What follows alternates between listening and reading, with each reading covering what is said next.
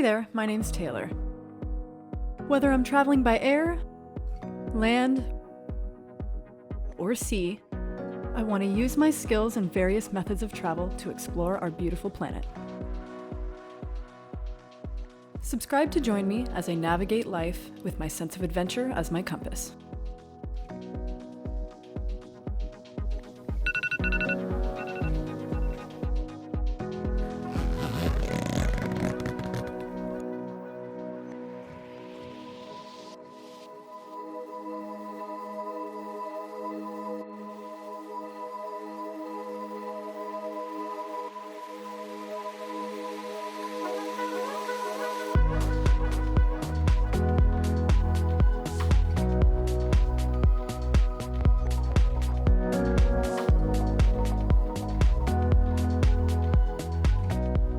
Okay, so some of you guys might be wondering what's going on, and judging by where I am, you might have figured out that maybe I'm on to another adventure. And that's definitely true, but I'm not telling you where I'm going or what I'm doing. So you guys are gonna have to try and figure it out. Let me know in the comments what you think. We say we love, we say we love. We gave it all, we gave it all. We say we love, we say we love. But we were just interesting until something better came along.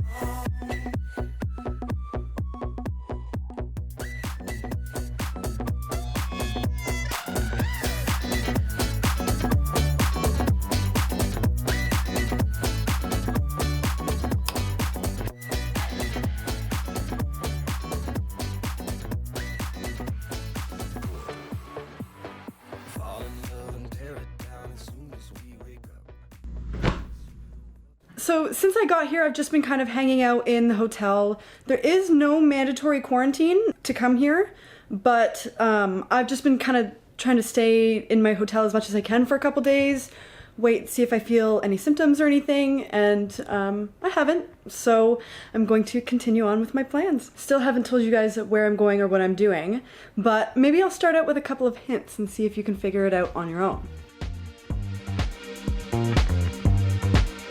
Just another sunny day in Southern California. It's where the people came to play.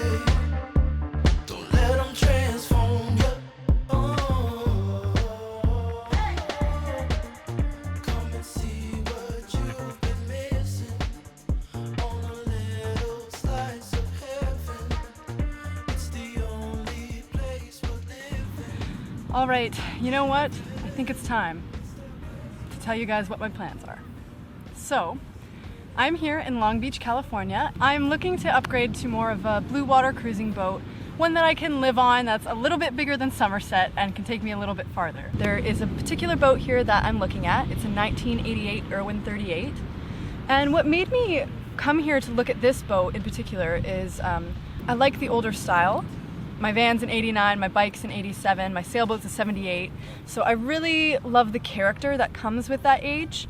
But on the other side of things, usually older boats are gonna need a bit more work, which I'm fully aware of. I've actually been pretty close on a couple other boats, and unfortunately they did not work out. Somebody else made it before me. So it's been a bit of a challenge to find the right boat that's available and in my price range.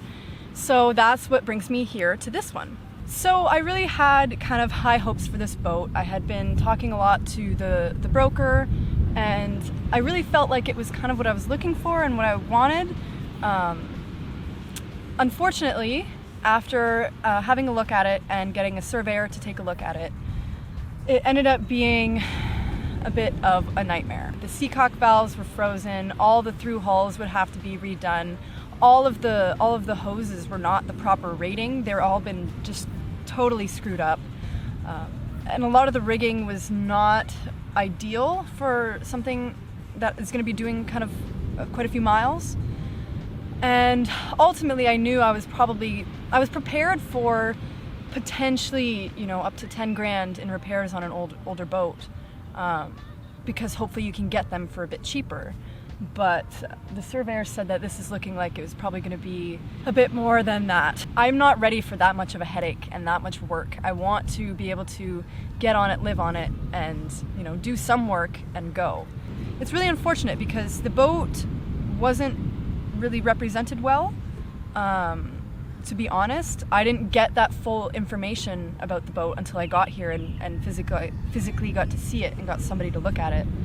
So it really was disappointing. I really wanted this to be the one. I was so excited to, it's in the perfect location, it's somewhere warm, I can get away, and it's my style. But this decision is an extremely emotional decision. It's a lot of money to be, making a mistake with. And so that's where I didn't want to be making that expensive of a mistake and getting in way too over my head. I felt uncertain the first time I saw the boat, and then after the surveyor kind of confirmed my uncertainties, I couldn't force it if it's not right. As much as I wanted it to be, and I had my hopes so high, it just wasn't it. So where my plans are at now is I am going to be heading out of here and flying all the way back across the country to go and look at another boat. And this other boat is a bit newer, and fingers crossed, it is the one. But you guys are gonna come along with me for the journey in finding the right boat. That means that I don't have a lot of time to explore here around California. I really wish I did. There's so much here, there's so much beautiful stuff to see and so much touristy stuff to do. And unfortunately, I don't have the time or the opportunity to do that, which really sucks. It would have made some great content for you guys.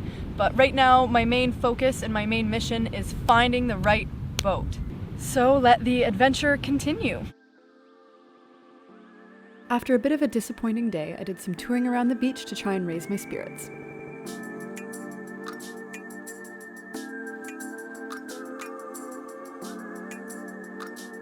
I happened to walk past a group of people slacklining and asked if I could join them.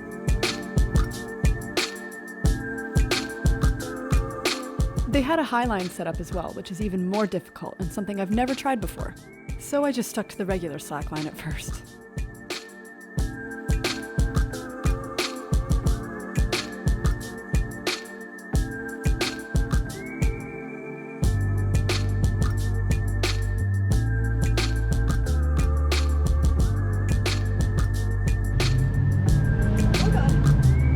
Oh, look at the recovery.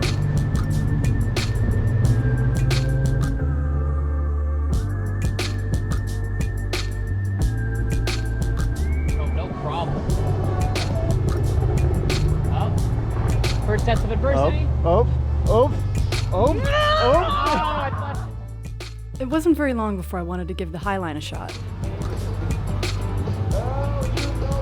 Now I don't know how to get anywhere from You here. got it, you got it.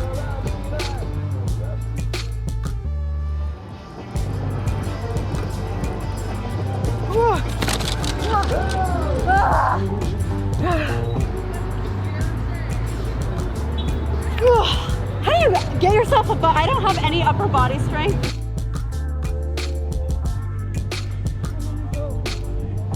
Oh, yep, there it is, there it is. Okay. Now you can shift yourself closer to the tree to get a hand on it. And then with that hand, you can get yourself up. Yes!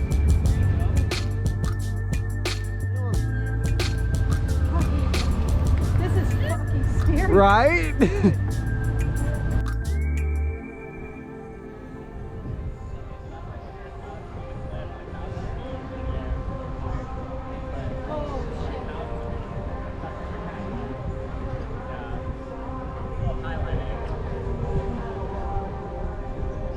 Yes.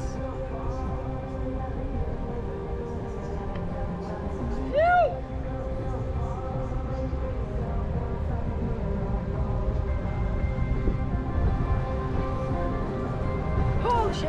Oh, Nice! that was fun. Gnarly, huh? Okay, it's not as scary now that I've fallen once.